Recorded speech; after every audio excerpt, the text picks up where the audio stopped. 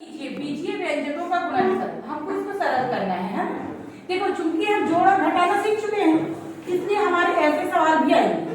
जोड़ और घटाना वाले सवाल में हमने ये किया था ना, तो अब यहाँ पर सब ध्यान से देखेंगे। यहाँ भी हमको वही करना है, जो एक जैसे पद वाले व्यंजक है उसको हमको इकट्ठा कर लेना है। ठीक है, तो जैसे आप देखते हैं आप लाइन में खींचिए, क्योंकि कई बार क्या होता है आप लोग भूल जाते हैं है ना, और किसी व्यंजन कोई व्यंजन छूट जाता है।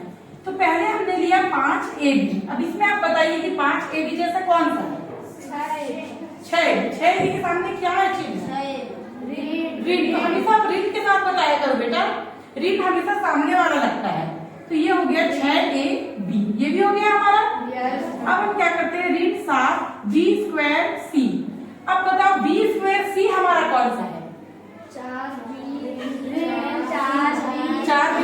उसके सामने चिन्ह कौन सा है? आप आदत बना लीजिए चिन्ह के साथ। इस बार मेरे को जवाब चिन्ह के साथ चाहिए। 4B²C। तो ये हमने इन दोनों में डिवाइड कर दिया। सेकंड, उसके बाद हमारा बचता है 2BC²। इसके साथ कौन सा है?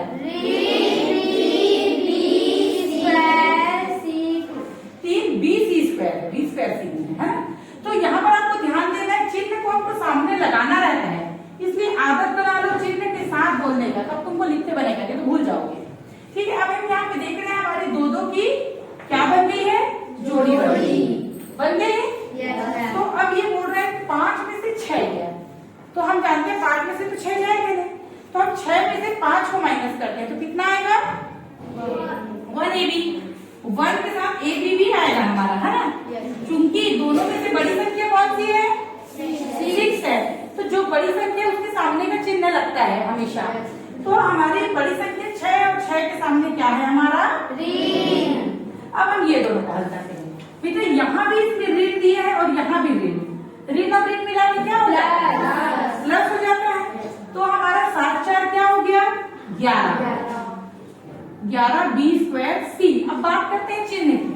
मैंने आपसे कहा था जो बड़ी संख्या के सामने चिन्ह रहता है वही चिन्ह लगता है। इसमें बड़ी संख्या के सामने कौन सा चिन्ह है? बड़ी संख्या कौन सी है इसमें? 7 है। 7 के सामने ऋण है, तो यहाँ क्या लग जाएगा? ऋण। अब हम इन दोनों की बात करते हैं। 2 में से 3 गया, 2 में से 3 तो जाएगा नहीं, 3 में से 2 जाएगा, तो हमारा बचेगा 1BC²। लेकिन 3 बड़ी संख्या है, बड़ी संख्या के सामने ऋण है, तो ये लग गया ऋण। अब एक चीज ध्यान देंगे, इसमें आपको बार बार 1 लिखने की जरूरत नहीं। यदि वो सिंगल है तो वो 1 ही माना जाता है। तो हम इसको डायरेक्ट ऋण AB ऋण 11B²C ऋण BC² लिख सकते हैं। अब इसमें एक चीज हम कॉमन देख रहे हैं, आप लोग भी देख रहे हो, इसमें भी ऋण है, इसमें भी ऋण है, इसमें भी ऋण है, तीनों ऋण है। मैंने आपको बताया था जब सारी चीजों में सेम रहता है तो उसको हम बाहर उभयनिष्ठ बोल के निकाल सकते हैं। उभयनिष्ठ का मतलब कॉमन होता है। तो हमने यहाँ क्या किया, कॉमन एक निकाल लिया, तो ये धन हो जाएगा, क्योंकि अंदर धन रहेगा तभी तो धन होगा। AB धन 11B²C धन BC। क्लियर हो गया? कोई डाउट है किसी को? चलिए अभी हमने एक सरल करो देखा था, ये उसी से संबंधित दूसरा सवाल है ना। तो देखो इसमें ML को लिया गया है, तो पहला हमारा जो है वो क्या है? M²। अब आप बताइए इसके साथ जोड़ी किसकी बन रही है? आप जल्दी बोलो ना।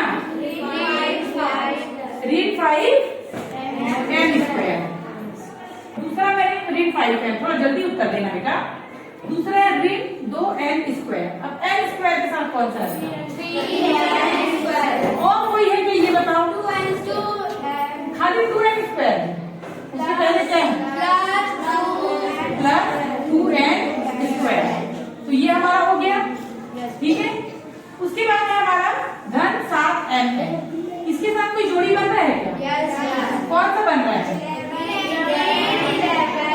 ML बन रहा है। क्लियर है? तो यहाँ पर हम देखते हैं, अब इसको हम जोड़ी बना के हल करते हैं। ये एक पेयर हो गया, ये दूसरा, ये पूरा एक है ना, और ये इसमें देखो 3 कंटेंट आ रहे हैं, 3 आ रहे हैं इसमें।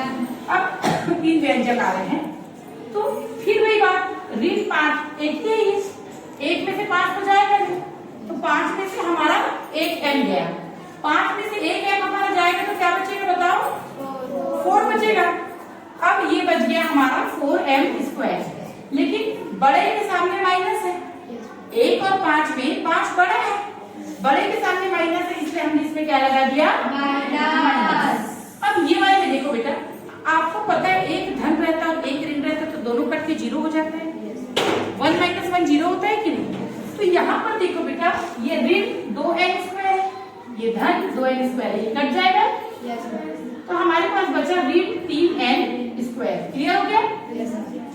अब यहाँ से 7mn और 11mn है ना, फिर धन और ऋण तो ऋण ही होगा, तो 11 में से 7 गया, कितना बचा, 4। कितना बचा, 4। तो ये हमारा बचा 4mn, लेकिन 11 बड़ा है इसलिए हमारा ऋण लग जाएगा। अब इस सवाल में हम पुनः देखते हैं कि तीनों में तुम्हारा क्या है, ऋण है, तो ऋण को उभयनिष्ठ निकाल सकते हैं। तो हम यहाँ पर ऋण को क्या करते हैं, उभयनिष्ठ निकालते हैं। तो ये हो गया 4m², 3n² - 4mn। क्लियर है? कोई डाउट किसी को?